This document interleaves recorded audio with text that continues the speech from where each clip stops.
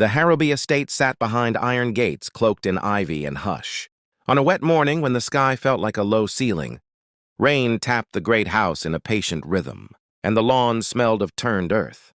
Inside, behind lace curtains and portraits that watched like old friends, Margaret sat by the window, where her wheelchair had become a permanent piece of the scenery. 15 years had passed since she'd last stood beneath the sky. Then the new gardener arrived, with muddy boots and a gentle quiet that didn't belong to the estate's usual clatter. And he carried something more than pruning shears. If you believe kindness and hidden strength deserve to be seen, please like this video and subscribe to Kindness Wins for more powerful stories.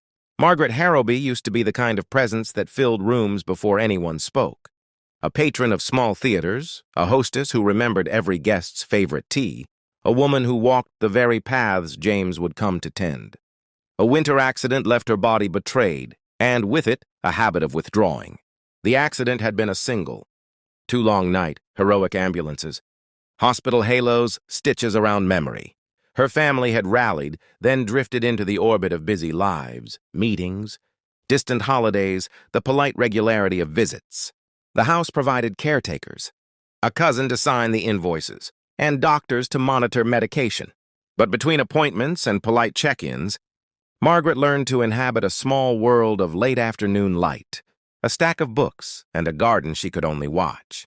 James was the new gardener, youngish, with calloused palms and the slow, careful humor of someone who listens more than he speaks. He'd come to Harrowby with a battered satchel, a weathered coat, and a way of reading soil that made him seem part botanist, part confessor. The estate asked for topiary and trimmed hedges. James brought patience. He noticed the woman in the window not with pity but with curiosity.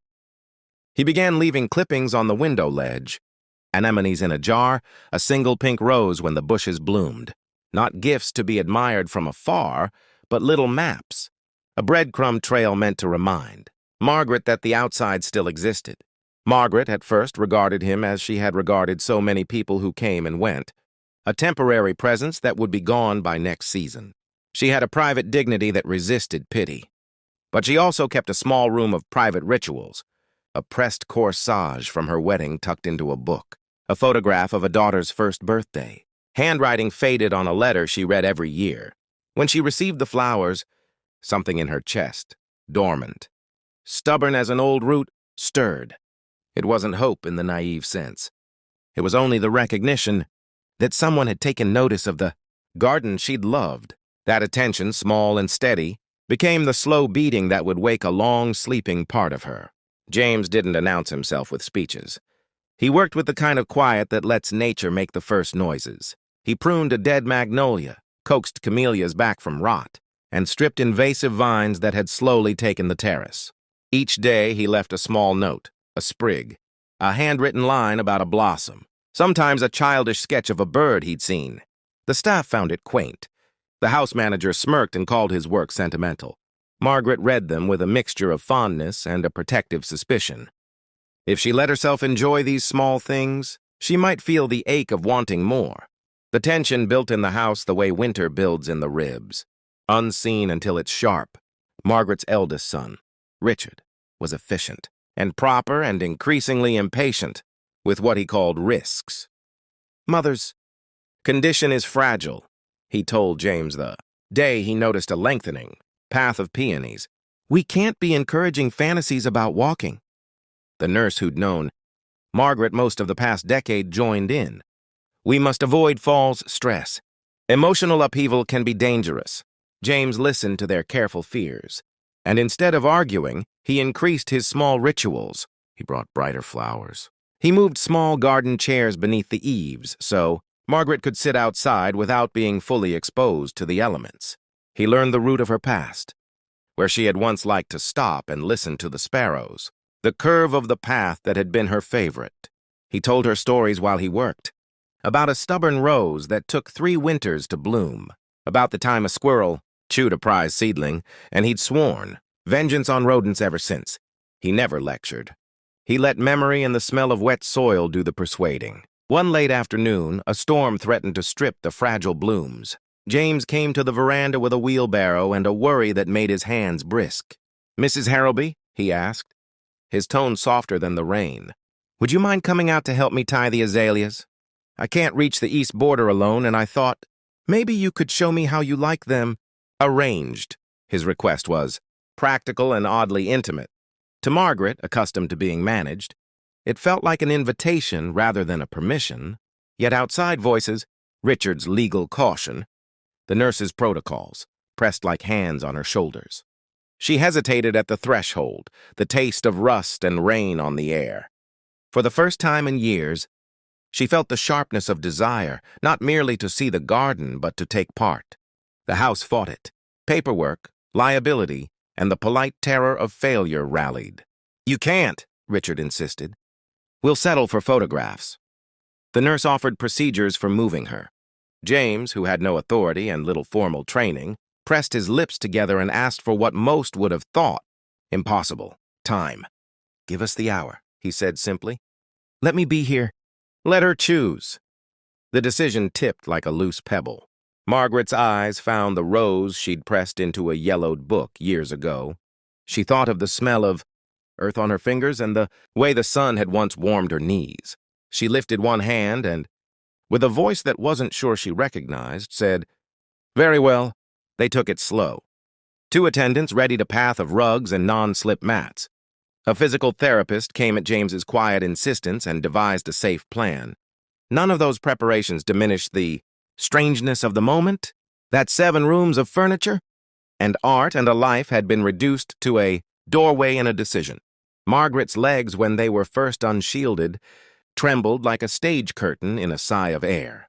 She'd rehearsed this in her head 100 times.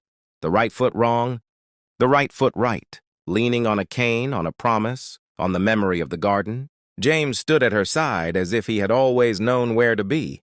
He didn't take charge. He was a rock and a whisper. "Look at the rain," he said, and when she flinched, he pointed. "It makes the soil smell like old stories." He helped her to the edge of the wheelchair, under her arms with practiced gentleness. There was a murmur of encouragement and a handful of suppressed sobs from someone Margaret had once seen as practical and composed. The therapist counted softly. Margaret braced herself on the cane, then the cane in James's steady hand, then, against all the house's careful maps and plans, her own will. The first step was almost a mistake. Her foot set on the wet stone and slid. She would have fallen if not for the therapist's quick arm and James's palm. The pause that followed felt enormous. Rain paused, too, as if nature watched. Margaret laughed then, a small, disbelieving sound that tasted of astonishment and fear. "I remember this," she said. Her voice came out thin but true. The second step was steadier. The third was a small triumph that loosened the dam of years. Neighbors who saw from behind hedges later said the garden held its breath as she walked the short path to the azalea border. Each step was a negotiation between what had been lost and what could be reclaimed. By the time she reached the plant that had once been hers, her knees quivered, but she stood. James knelt to tie the delicate stems, and when he looked up, there was no performance in his face, only a quiet, astonished joy. Margaret rested her hand on his shoulder like a benediction more than a touch of thanks. The miracle, if people wanted to call it that, was not in muscle alone, but in the collective faith that allowed it to happen. The faith of a gardener who never owned the right to hope, of a woman who let go of the brittle shell of shame, and a household that for the first time watched rather than judged. The days that followed were not dazzled with champagne or tabloids. There were practical steps, therapy sessions, careful walks with a cane, triumphs measured in inches and minutes. Margaret's family, who had been comfortable with the narrative of decline, found themselves rearranged in a quieter way. Richard began visiting more thoughtfully, less often with legal forms and more often with his mother's old jokes. Some neighbors came bearing cakes and stories of their own long-forgotten wounds. The house, which had been a museum of absence, warmed toward a strange communal life. James slipped back into tending hedges and coaxing stubborn roses as if nothing of consequence had occurred. For him, the work continued. The garden never finished, and memory never quite healed. He refused the credit when the local paper called him Harrowby's miracle worker. "I was just doing what needed doing," he told Margaret. who invited him for tea and a slice of lemon cake that tasted faintly of spring. She asked him about his life, about a sister he'd once cared for, about summers spent at his grandmother's allotment, and he told stories without complaint. She discovered, not in a headline but in quiet conversation, that his kindness was not an event but a habit. Neighbors softened. The estate opened the garden one Sunday, and children ran between beds that had once been out of reach for them. Margaret started a small program to teach children how to plant bulbs. She who had once been content to watch now delighted in guiding small hands. The lesson, simple and stubborn, threaded through the estate and beyond. Dignity cannot be restored by speech alone. It's restored by being seen, by being invited into the world again. In time, she walked farther. She still used a cane some days and a wheelchair other days, but such distinctions mattered less than the fact that she moved. The garden had been her classroom and her witness. James stayed on as a gardener, never seeking reward beyond the sight of roses open to the sun. The housekeeper, who had once called his methods sentimental, learned to appreciate the slow art of patience. If Margaret's story touched your heart, don't stop here. Like, share, and subscribe to Kindness Wins, so more stories like this can be told. Tell us in the comments which moment moved you most. We might feature your story next.